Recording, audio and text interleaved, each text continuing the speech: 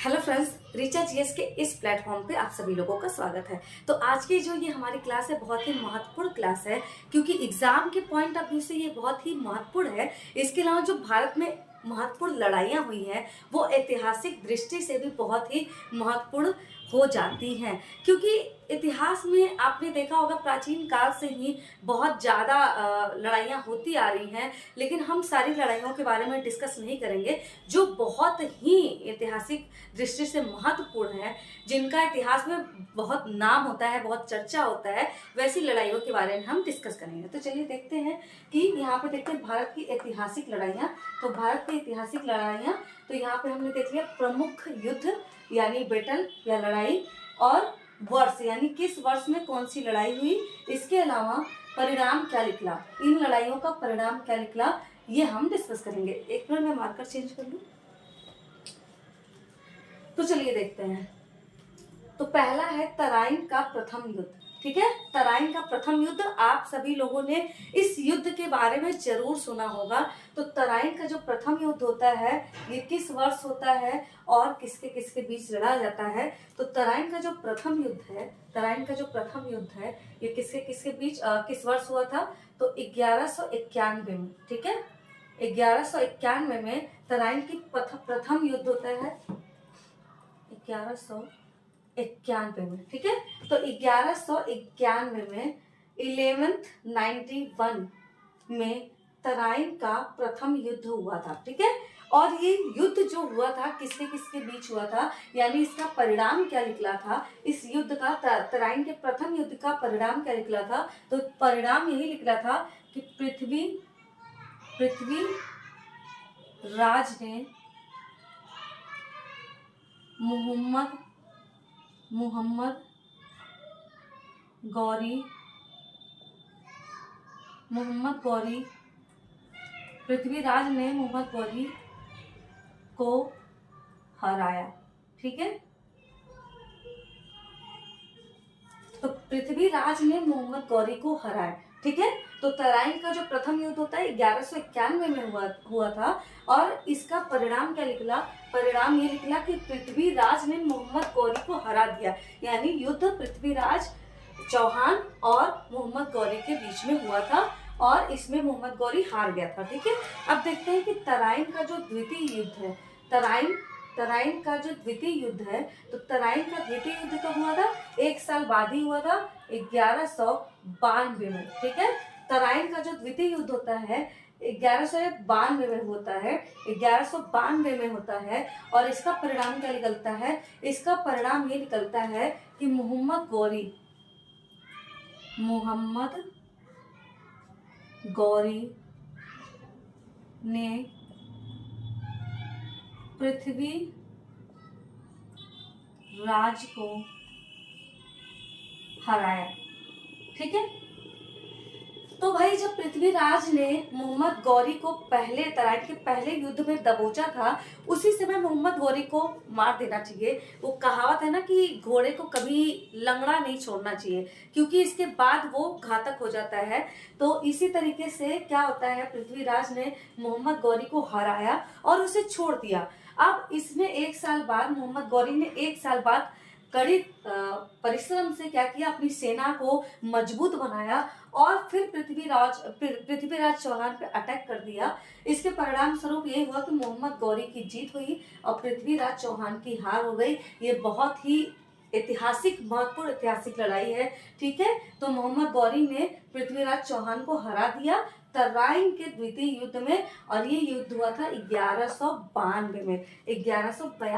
ठीक है, अब देखते हैं चंदवार का युद्ध। ठीक है, चंदवार का युद्ध, ये चंदवार का युद्ध भी बहुत जरूरी है, बहुत इंपॉर्टेंट है। तो चंदवार का जो युद्ध हुआ था ये किस वर्ष हुआ था। ठीक है, तो चंदवार का युद्ध हुआ था आपका 1194 में। ठीक है, इन दोनों युद्धों के इस युद्ध के 2 साल बाद हुआ था। ठीक है, तो देखते हैं कि जब पृथ्वीराज चौहान की हार हो गई, इसके बाद उसके 2 साल बाद चंदवार का युद्ध होता है कब, 1194 में। और इस युद्ध का रिजल्ट क्या होता है, तो इस युद्ध का रिजल्ट होता है कि मोहम्मद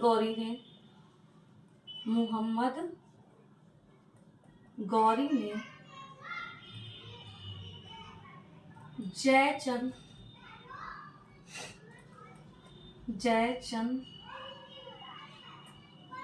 को हराया। अब ये जयचंद कौन था?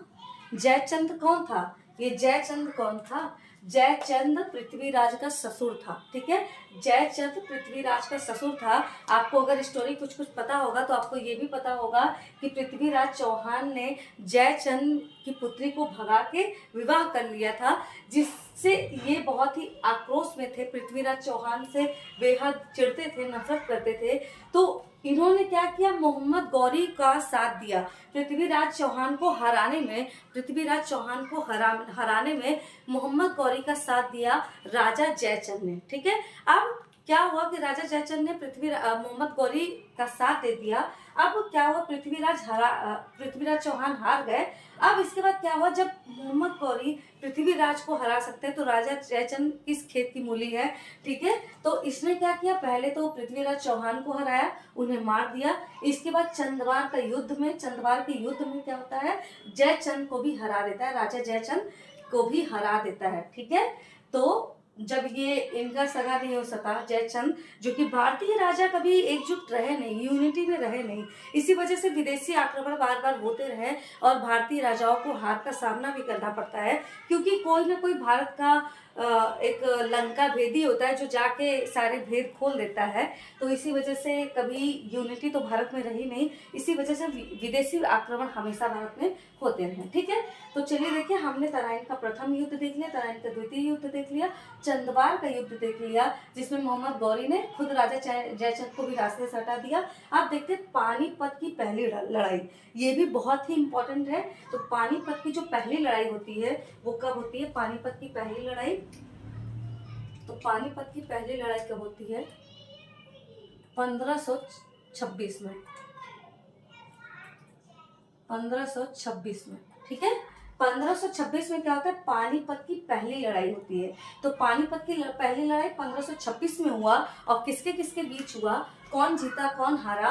तो 1526 में पानीपत की पहली लड़ाई। डेट भी बहुत इंपॉर्टेंट है, डेट के साथ लड़ाइयों को पूछा जाता है। Battle of Panipat, battle of first Panipat, ये सब एग्जाम में पूछता है, तो आपको जरूर याद रखना होगा कि पानीपत की पहली लड़ाई कब हुई थी? 1526 में हुई थी। और कौन जीता था कौन हारा था? तो इसमें बाबर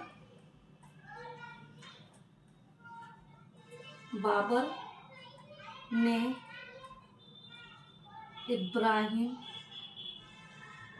इब्राहिम लोदी को हराया। ठीक है, तो बाबर ने इब्राहिम लोदी को हराया। इस हार से क्या हुआ कि इब्राहिम लोदी सल्तनत का आखिरी शासक हुआ। ठीक है, इब्राहिम लोदी सल्तनत वंश का आखिरी शासक हुआ। इस प्रकार सल्तनत वंश का पतन हो गया और मुगल वंश का उदय हो गया। ठीक है, तो बाबर ने इब्राहिम लोदी को हराकर सल्तनत का पतन कर दिया और मुगल वंश का क्या किया? उदय किया या स्थापना की। ठीक है, अब देखते हैं कि खानवा का युद्ध किसके किसके बीच हुआ? खानवा